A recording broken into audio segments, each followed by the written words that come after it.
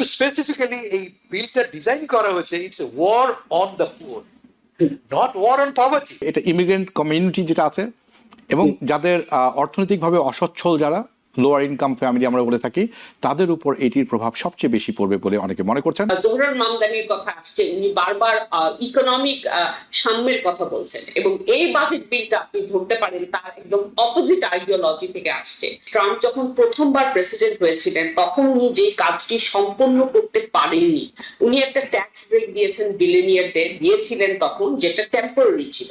এই বিলে এটাকে পার্মানেন্ট করা হবে। দুটি কন্ট্রাস্টিং ভিউ পাচ্ছি।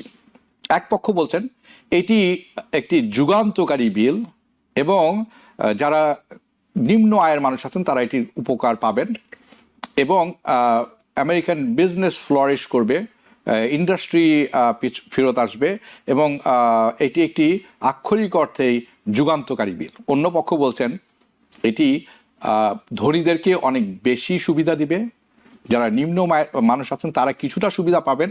এটি অনেকটা আপনি অনেক মাংস নিয়ে গেছেন, অনেক কিছু নিয়ে গেছেন, ছোট্ট একটা টুকরা আপনি মাংস ছুঁড়ে ফেললেন একটা, যাতে অন্যরা একটু সন্তুষ্ট থাকে, এরকম একটি ব্যাপার আছে।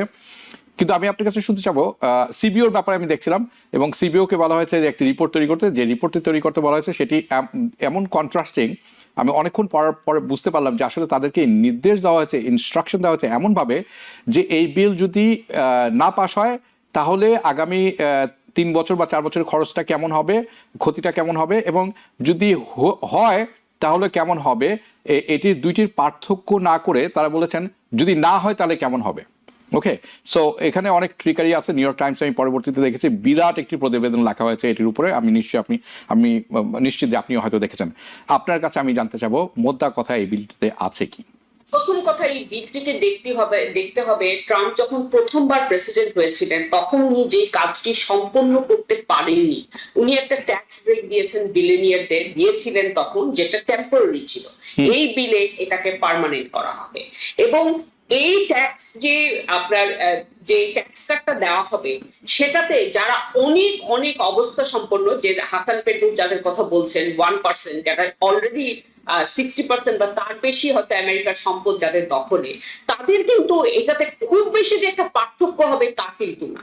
তো কাজে এই অর্থে এই বিলটা আমার কাছে মনে হয় মানে আর্থিক, যেটা জোহরান মামদানির কথা আসছে, উনি বারবার ইকোনমিক সাম্যের কথা বলছেন এবং এই বাজেট বিলটা আপনি ধরতে পারেন তার একদম অপোজিট আইডিওলজি থেকে আসছে, যেখানে আপনার অর্থনৈতিক বৈষম্যকে আরো বহু গুণ এটা বাড়িয়ে। ওকে, হাসান ফেরদৌস, আপনার কাছে আমি যাচ্ছি।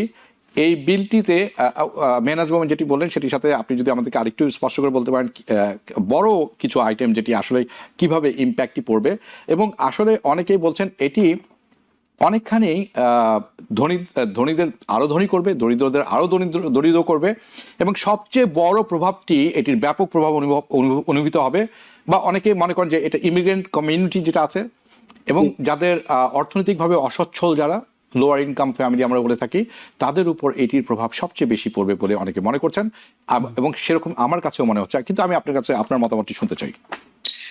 এই বিলটার 3টা দিক আছে যার লং টার্ম এফেক্ট হবে।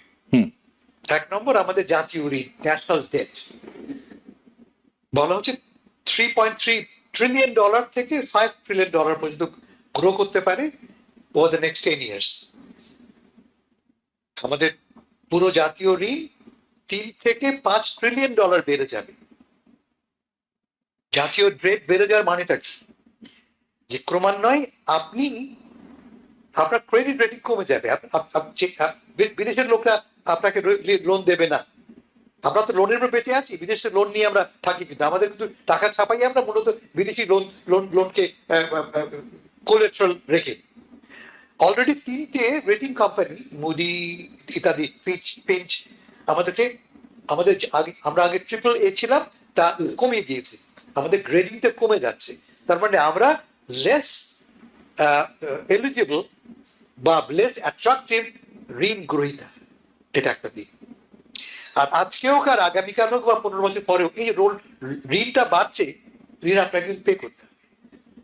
আপনাকে প্রতিটি আমেরিকান মানুষকে একসময় ঋণটা পে করতে হবে, অন্যথায় আমেরিকান ইকোনমিটা স্থবির হয়ে পড়বে।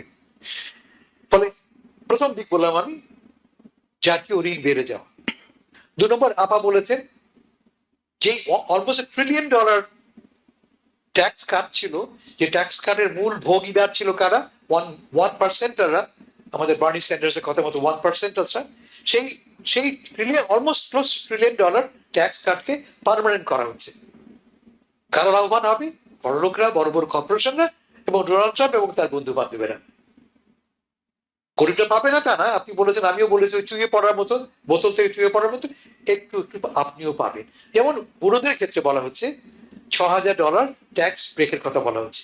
এরকম টুকটাক এখানে সেখানে আপনি দেখবেন আছে, শর্ত সাপেক্ষে। সেকেন্ড বড় ফ্যাক্টর হচ্ছে যে এর ফলে গরিবদের কি হবে। খুব স্পেসিফিক্যালি এই বিলটা ডিজাইন করা হয়েছে, it's a war on the poor, not war on poverty. War, Obama বলেছেন ওয়ার অন পভার্টি, আর এই সরকার করছে ওয়ার অন দ্য পুয়ার, দরিদ্রের উপরে। মূল লক্ষ্য হচ্ছে এসিএ, অ্যাফোর্ডেবল কেয়ার অ্যাক্ট, যেটা ওবামা কেয়ার বলি, ট্রাম্প সাহেবের প্রথম দিন থেকে চেষ্টা আছেন এটাকে বন্ধ করে দেওয়ার জন্য, এটাকে মেরে ফেলবার জন্য। তিনি মারতে পারেননি। মনে আছে নিশ্চয়ই আপনার জন ম্যাকেইনের সেই বিখ্যাত মিড নাইটের ভোটটা, যে ভোটে ওবামা কেয়ার বেঁচে গেল। এই হচ্ছে তার সুযোগ, ওবামা কেয়ারকে চিরতরে নিঃশেষ করে দেয়। ফাইনাল পয়েন্ট হচ্ছে ক্লাইমেট চেঞ্জ। গত 20 বছরে দেখেছি আমরা ক্লাইমেট চেঞ্জ মোকাবেলা করতে যে আমরা সিগনিফিকেন্ট প্রোগ্রেস করেছি, কিন্তু আমাদের অগ্রগতি হয়েছে, বিশেষ করে গ্রিন এনার্জির ক্ষেত্রে। আমাদের দেখবেন নিউ ইয়র্কের অনেকের বাড়িতে, আমার পাড়ায় অনেকের বাড়িতে সোলার প্যানেলস, সরকারি পয়সা বা সাবসিডিতে প্যানেল বসানো হচ্ছে, সব বন্ধ করে দেওয়া হচ্ছে। বিগেস্ট থ্রেট হচ্ছে, আমার বিবেচনায় বিগেস্ট লং টার্ম থ্রেট হচ্ছে গ্রিন এনার্জির উপরে সরকারের এই খাওয়াটা। এর ফলে কিন্তু এই যে আমরা বললাম আমাদের আপনি একটু আগে উল্লেখ করলেন ইলন মাস্কের কথা বলেন। ইলন মাস্কের যে গাড়ি, ইলেকট্রিক গাড়ি, যা কিনা পলিউশন রোধে সাহায্য করে, ইলেকট্রিক বলে, তার জন্য মাথা পিছু গড় significant amount of Sarkar rebate, $7,000 কত $7,000 থেকে $8,000 রিবেট দেওয়া হয়, ডিপেন্ড করে কোন মডেল আপনি কিনছেন এবং আপনার কি আয়, তুলে দেওয়া হচ্ছে। মাস সাহেবের খ্যাপার এটা মূল কারণ বটে, কিন্তু পাশাপাশি এর ফলটা কি হবে? ফলটা হবে যে এই দেশে যে বিপ্লব শুরু হয়েছিল গ্রিন এনার্জির পক্ষে, এই আমরা দেখছি আকাশে কি বলে গ্রিন এনার্জির পাখা ঘুরছে, সেই পাখাটা কিন্তু বন্ধ হয়ে গেল।